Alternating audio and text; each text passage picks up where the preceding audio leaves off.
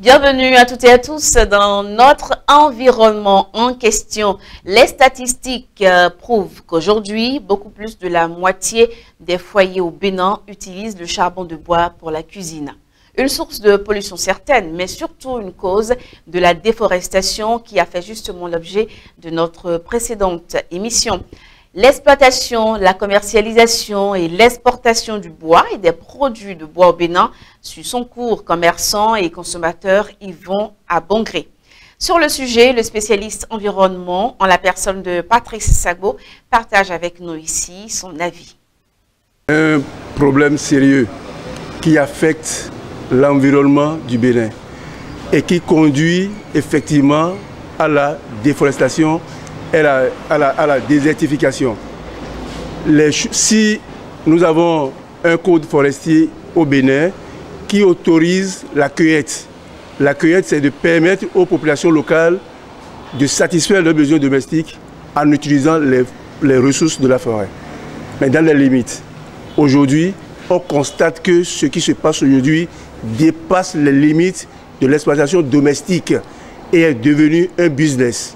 Si au début de son quinquennat, le président Talon a interdit l'exploitation abusive des bois, c'est aussi en disant cela. Ce n'est pas seulement interdire l'importation ou bien l'exploitation de nos produits liés du bois là, à l'extérieur par des conteneurs. Non, ce n'est pas seulement ça. Tout ce que nous devons faire pour freiner la désertification à travers la déforestation, c'est de ça que le président parlait. Les forêts continuent d'être détruites malgré des mesures prises par le gouvernement pour une meilleure gestion des ressources forestières. Alors, il importe de se demander si l'application de ces mesures reste rigoureuse. À qui le tort? On ne lutte pas contre un phénomène comme ça en restant en haut pour dire on lutte contre. Il faut mettre tout le monde ensemble pour dire voici le problème, mais qu'est-ce qu'on va faire?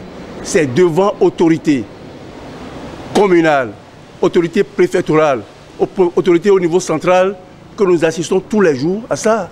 Est-ce que vous avez vu une commune au Bénin où on ne fait pas de la carbonisation? C'est dans toutes les communes. Et vous voyez des camions qui drainent tous ces produits vers les grandes villes du Bénin, notamment Cotonou. Et ça ne gêne personne. Le forestier même regarde ça et prend l'argent, laisse les camions passer. Est-ce que vous voyez que c'est les lois qui ont failli? Les lois existent, mais on ne les applique pas. Donc on ne peut pas aujourd'hui rester en haut pour dire on fait la loi pour les autres.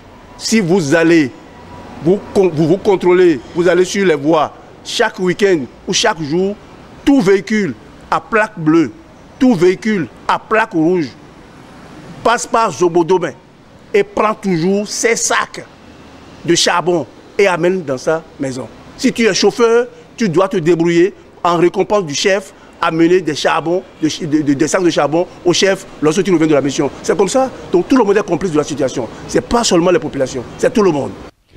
En tout cas, la population ne semble pas encore perméable ou n'est pas encore consciente des graves conséquences de la destruction des bois. Voici ici quelques avis de consommateurs sur le sujet. Regardez. On peut utiliser charbon par rapport au gaz. Parce que le gaz a son inconvénient. Si tu ne sais pas utiliser le gaz maintenant, ça peut prendre feu, ça peut brûler ta maison. Le charbon maintenant, tu prends gaz aujourd'hui, demain ça va finir. Alors que le charbon, tu prends le complet maintenant, le sac, ça peut faire au moins une semaine avec toi. Et lorsqu'on pose la question à l'environnementaliste s'il lui paraît simple de renvoyer les consommateurs vers l'utilisation du gaz domestique, vu sa cherté et en considérant la bourse du Béninois moyen, voici ici sa réponse. L'utilisation du gaz domestique n'est pas un mythe. Vous allez au Ghana, vous allez dans les grands marchés de Ghana, on fabrique à Tako-Tevico les galettes là, au marché. On prépare ça avec du gaz domestique. Moi, j'ai vu ça. Vous allez au Togo. Ce n'est pas ici, on vous dit, on vous vend la bouteille entière. Non. Tu amènes ta bouteille et tu veux acheter pour 500 francs, on te met du gaz dedans. Tu veux acheter pour 1000 francs, on te met du gaz dedans. Pourquoi le Bénin, qui est à côté du Ghana, qui est à côté du Togo, ne pas faire la même politique. Et on veut quelque chose de son contraire.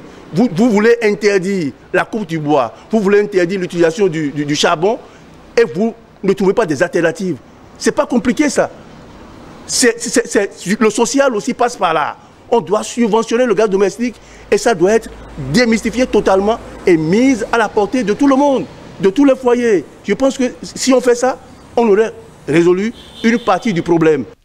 Pour Patrice Sagbo, tout le monde doit s'impliquer dans la lutte pour l'éradication de l'utilisation du charbon de bois au Bénin. Autrement, il faut simplement sévir. Dans un sac, il y a plus de 15 à 20 arbres à la fois dans un sac de charbon.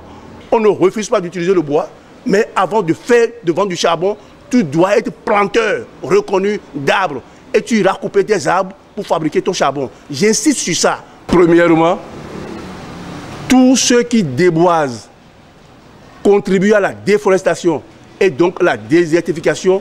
Les lois existent. Il faut appliquer les lois. Deuxième chose, comme je l'ai dit, tout en interdisant l'utilisation du bois, il faut permettre des alternatives.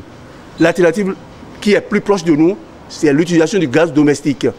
Tout le monde l'utilise aujourd'hui.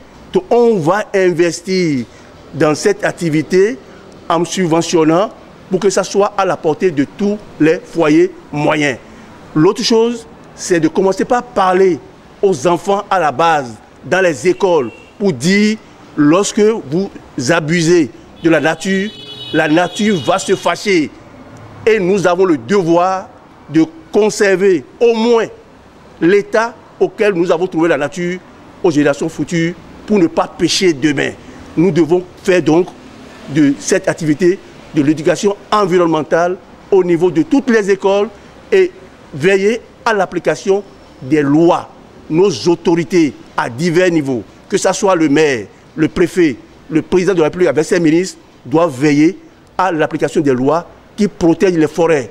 Parce que, vous avez vu, la COP 24 qui s'est déroulée en Pologne récemment, c'est une COP de la honte. Personne ne peut prendre de responsabilité. Après les 2 semaines, ils ont été obligés de jouer la prolongation et c'est difficilement qu'ils ont pu trouver une petite solution. Donc on crée les problèmes et lors de la résolution, on fuit ses responsabilités. Ce n'est pas normal. Nous ne pouvons pas créer nos problèmes à l'intérieur et demander aux autres de nous donner de l'argent pour les réparer. Non.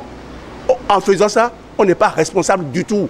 Donc la forêt que nous avons est notre patrimoine et nous devons veiller sur ça pour que ça apporte tous les biens que les forêts apportent à l'humanité. Et je vous assure, un pays qui ne plante pas des arbres, un pays qui n'a pas d'arbres, est un pays exposé à tous les aléas climatiques. Mesdames, Messieurs, notre environnement en question a opiné autour de l'utilisation du charbon de bois au Bénin. Les consommateurs rencontrés ont parlé de ses avantages, lesquels ne pèsent pas du tout dans la balance lorsqu'on y oppose les nombreuses conséquences auxquelles la pratique soumet notre environnement. Agissons et réagissons vite. Eh bien, ce sera donc à tout pour ce numéro de notre environnement en question. Merci de nous avoir suivis. À la prochaine.